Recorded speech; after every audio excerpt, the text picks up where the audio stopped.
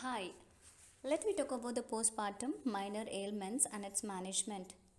Postpartum is a period after the delivery of a baby and after it is 6 weeks or 42 days. Minor ailments means small problems. Postpartum minor ailments means a mother who has delivered recently may face some problems or issues. In this video, let me talk about those problems or issues and how to manage it. The first one is after pain.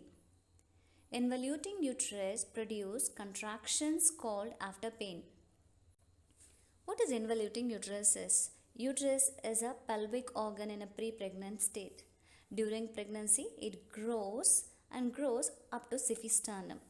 And after the delivery, it gets back into the pelvis. And this process of getting back into the pelvis is called as involution. While involuting, it produces some contractions and that is called as after pain, and this occurs only in the postnatal mother. This occurs during first 2 to 4 days after delivery. The treatment is uterine massage. Just a simple massage on the abdomen will do, followed by analgesics or antispasmodics. Analgesics means as a painkiller. Diclofenac injections or tablets is a drug of choice over here. The next one is burning micturition. Micturition means passing urine. So burning sensation while passing urine. So that's called as a dysuria.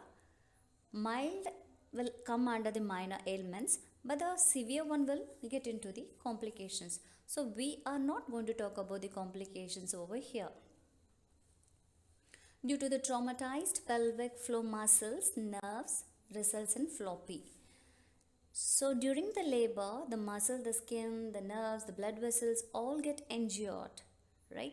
So here the action will reduce or reduce bladder sensitivity.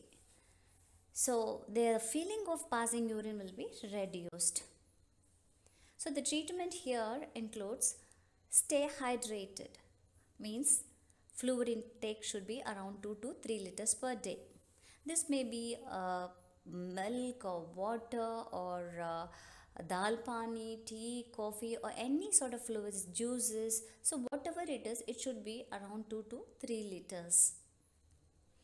Sitz bath with warm water will do. The next one is constipation. Maybe due to traumatized GIT or fluctuating hormones. What happens is there, the patient is unable to pass motion.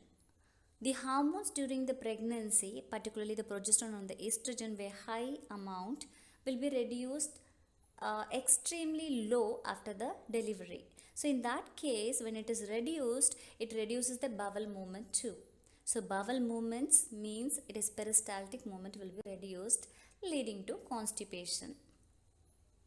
Medication during the labor or dehydration during the labor and the fear of vaginal stitches also will lead to constipation. The treatment is high fiber diet.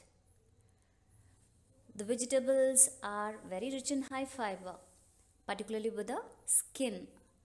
So potato with the skin is very rich in high fiber. So don't try to remove the skin and eat the potato.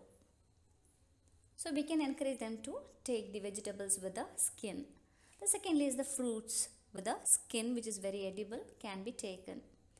And the bran, whatever the lentils or grams can be taken with the skin. And the next one is ambulation, getting out of the bed. The patient after the delivery has to take adequate amount of rest, but that doesn't mean she has to keep on lying on the bed, which will lead to the accumulation of blood or stasis of blood. Again, that will lead to the clots. So in order to prevent this clots formation, she has to get out of the bed and have a mild walk. So we need to assist her. This is called as ambulation. So this itself will reduce the imbalance of that bowel movement and will start the peristaltic movement. And even the postnatal exercise is also going to work a lot.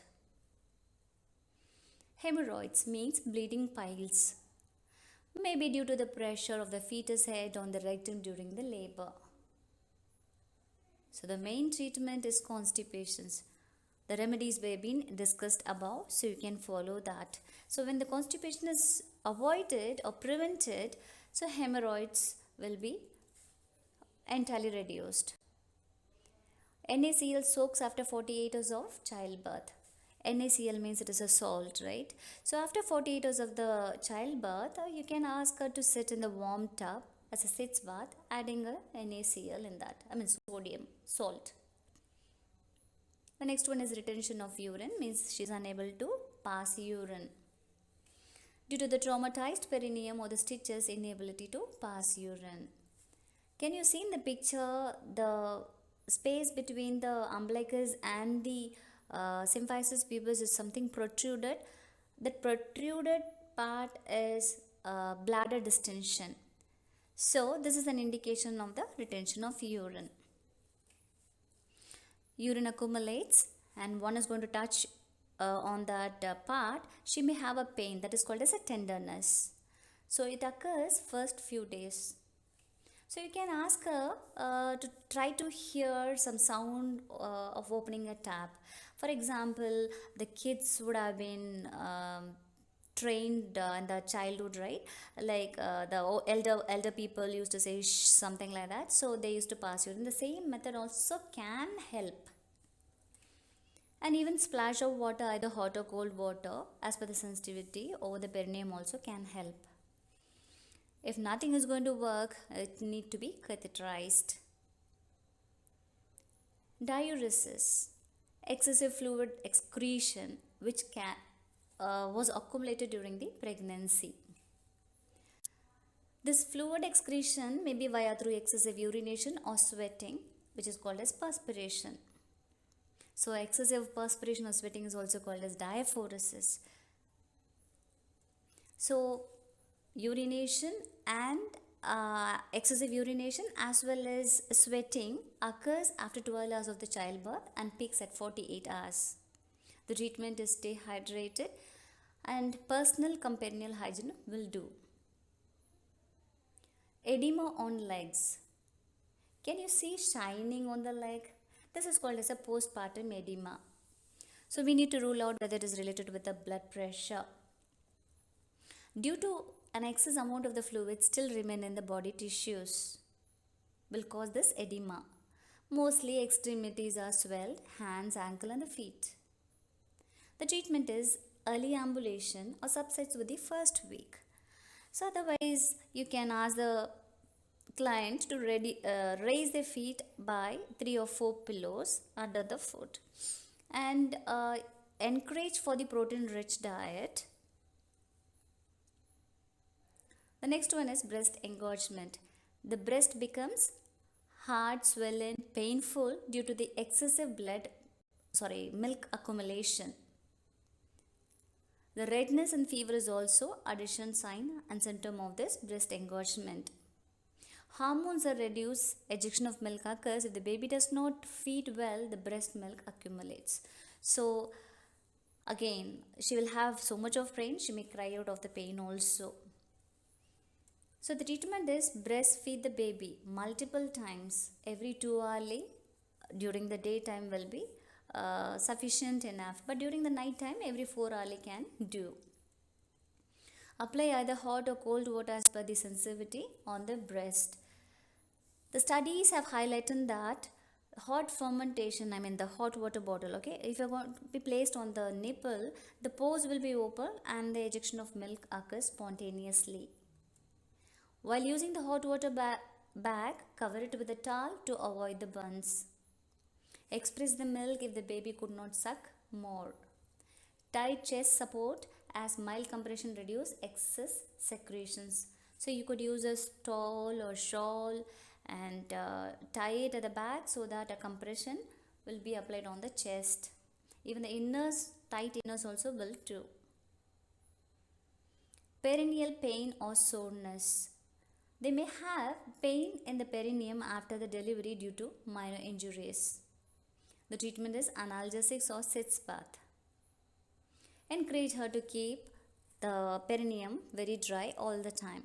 Encourage her to change the sanitary pads every 6 hourly if it is mildly wet.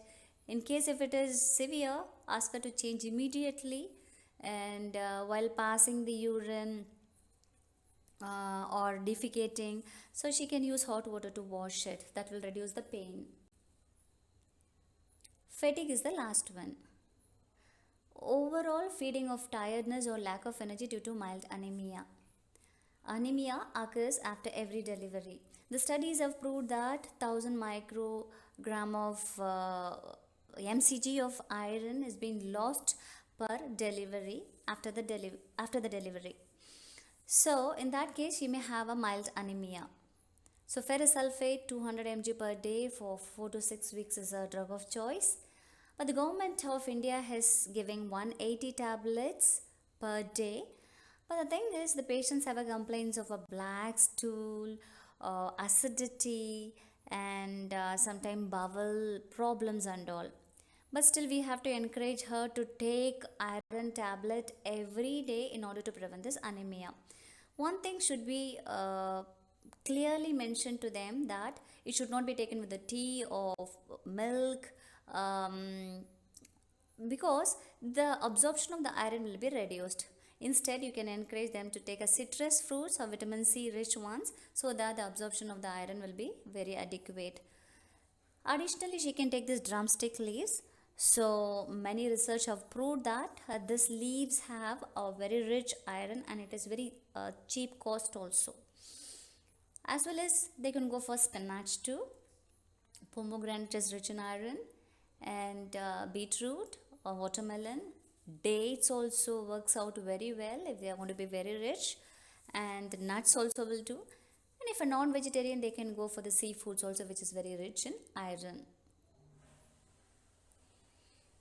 So let me wind up and see what are the problems she can face. It is an after pain, that is an involution of the uterus pain. It is burning micturition, it is dysuria as a mild one, and constipation unable to pass, stools or hemorrhoids is a bleeding piles, retention of urine unable to pass urine, diuresis is excessive fluid excretion either by the urination or by sweating, edema on the legs due to the fluid accumulation, breast engorgement because of the accumulation of the milk, and perineal pain or soreness because of the injuries, and finally is a fatigue due to the decreased iron amount. So know better, care better, and thank you for watching this video.